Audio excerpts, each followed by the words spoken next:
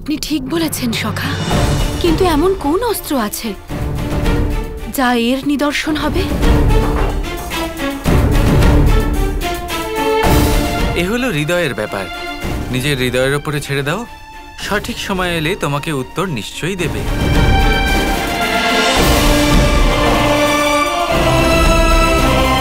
যাওয়া যাক।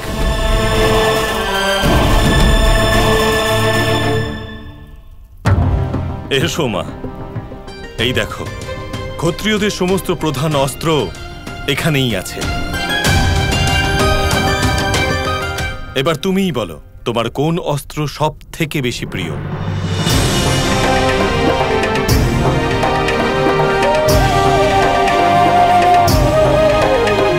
কিন্তু ভেবেচিন্তে নির্বাচন করো মা, কারণ সেই ব্যক্তির সাথে তোমাকে সমস্ত জীবন অতিবাহিত করতে হবে যে সেই অস্ত্রে পারদর্শী হবে, সেই তোমার স্বামী হবে। পুত্র, যাও নিজের বোনকে সাহায্য করো। হ্যাঁ পিতাশ্রী। দ্রৌপদী, এটা হলো বল্লম, খুবই শক্তিশালী। এর দ্বারা দূরে দাঁড়িয়ে থাকা শত্রুকেও মারা সম্ভব। এটি ভগবান কার্তিকের অস্ত্র।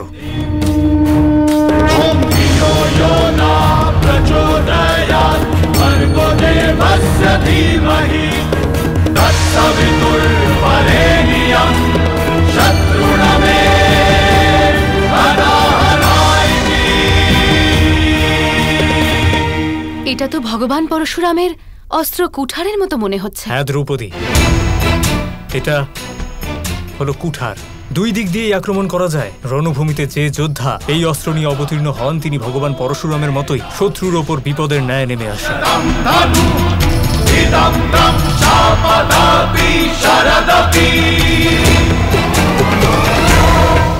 এটা হলো তলোয়ার দ্রৌপদী। যদি যুদ্ধ পাশাপাশি হয় তাহলে এর থেকে ভালো অস্ত্র নেই। স্বয়ং নারায়ণও এটারই প্রয়োগ করে থাকেন। এটা হলো দণ্ড। শক্তিশালী যোদ্ধারা এর দ্বারা পৃথিবীতে ভূমিকম্প সৃষ্টি করে।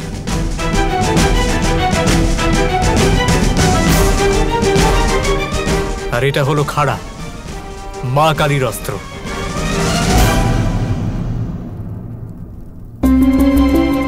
এটা গদা, মহাবলী পবনপুত্র শ্রী হনুমানের অস্ত্র। এতে আমাদের পিতাশ্রী অত্যন্ত নিপুণ। যিনি এই গদা যুদ্ধে পারদর্শী তিনি অত্যন্ত শক্তিশালী এবং অদ্বিতীয়।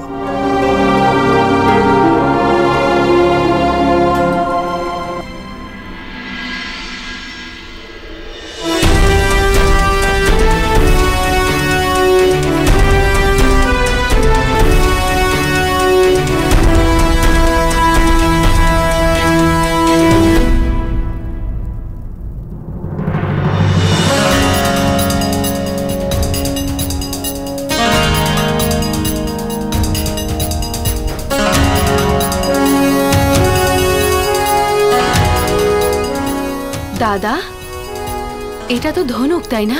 আপনি এর ব্যাপারে কিছু বলবেন না? ধনুক একজন যোদ্ধার শ্রেষ্ঠতম অস্ত্র। এটি এর তো প্রত্যঞ্চ লাগানোর জন্যই অত্যন্ত শক্তি দরকার। তার সাথেই এর দ্বারা দূরবর্তী শত্রুকে খুব সহজেই মারা যায়। শুধু সেই ধনুর্ধরের নিশানা যেন নির্ভুল হয়, কারণ দূরে লক্ষ্যভেদ হয়েছে কিনা তার অনুমান করাও খুব কঠিন। এটা হলো খুবই সাংঘাতিক অস্ত্র। এটা সেই সব যোদ্ধাই চালাতে পারে যারা এটা চালানোতে পারদর্শী, দক্ষ। এরও কিছু নিজস্বতা আছে।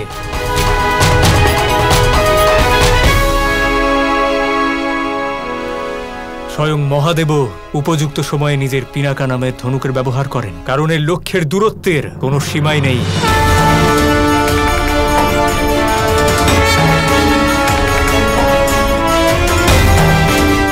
তোমার ভালোবাসা মহাদেবের কাছে অবশ্যই পৌঁছে যায়।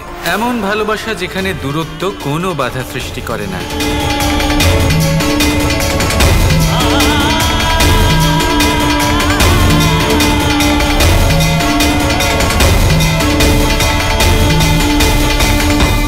বাবা, আমি সিদ্ধান্ত নিয়েছি।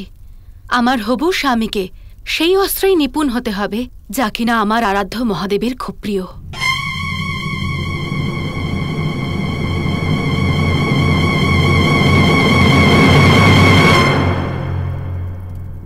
ধনুক।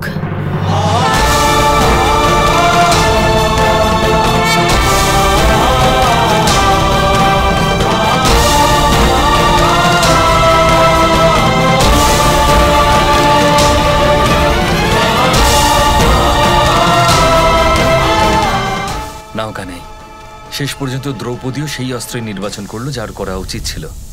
আর হয়তো তোমারও এরকম ইচ্ছে ছিল, কি বলো? তাহলে ঠিক আছে, সমস্ত জায়গায় ঘোষণা করে দেওয়া হোক যে আমার মেয়ের স্বয়ম্বরে ধনুর্বিদ্যার অনন্য এবং উৎকৃষ্ট প্রতিযোগিতা হবে। এতে সেই যোদ্ধাই জয়লাভ করবেন যিনি ধনুর্বিদ্যাতে সর্বশ্রেষ্ঠ হবেন। কারণ যখন আমার মেয়ে মহাদেবের অস্ত্র নির্বাচন করেছে, তাহলে সেই যোদ্ধাও মহাদেবের মতনই শক্তিশালী হবেন।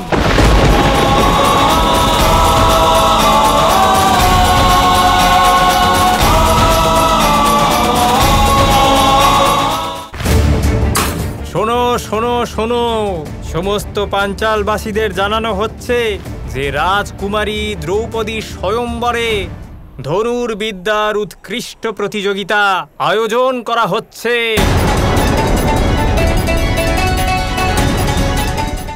আর এই অনন্য স্বয়ম্বর দেখার জন্য সকল পাঞ্চালবাসীকে আমন্ত্রণ জানানো হচ্ছে। শোনো, আমি তো শুনেছিলাম স্বয়ম্বরে মল্লযুদ্ধেরই প্রতিযোগিতা হবে। হ্যাঁ বন্ধু, শুধু তুমি নয়, সমস্ত রাজ্যর এটাই ভাবনা ছিল। কিন্তু রাজকুমারী দ্রৌপদী স্বয়ং ধনুর্বার নির্বাচন করেছেন। এটা হলো রাজকুমারীর সিদ্ধান্ত যে ওনার হবু স্বামী যেন পৃথিবীর সর্বশ্রেষ্ঠ ধনুর্ধারী হন।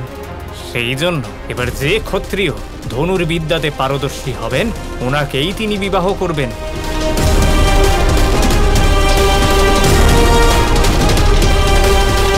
অর্থাৎ মাধবের বলা প্রত্যেকটা কথাই সত্যি হলো। কিন্তু এটা কিভাবে সম্ভব?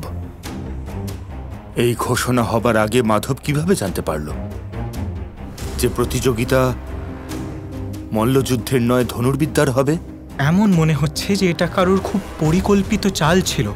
কেউ খুব জেনে বুঝে মল্লযুদ্ধের কথা রটালো যাতে দুর্যোধন এখানে আসে। যদি ধনুর্বিদ্যার কথা শুনতো তাহলে ও এখানে কখনোই আসতো না, আর না কর্ণ। কিন্তু এসব কে করে থাকতে পারে?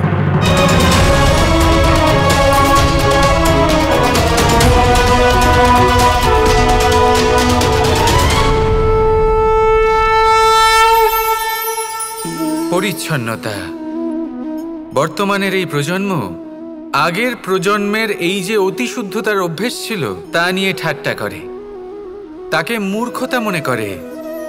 বুঝতেই পারে না কেন।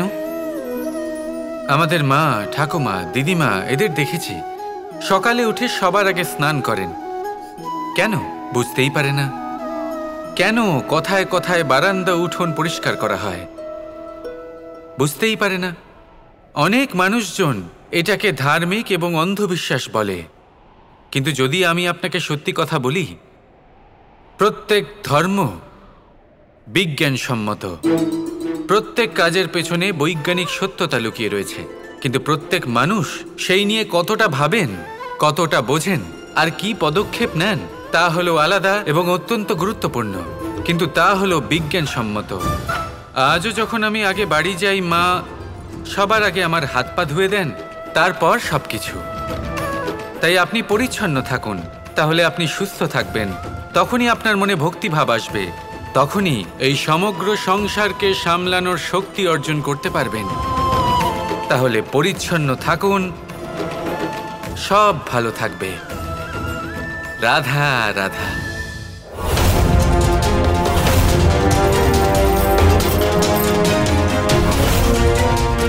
धर्मस्य ह्रियमाणस्य बलवद्भिर्दरात्मभिः संस्थायत्मैरपि कृता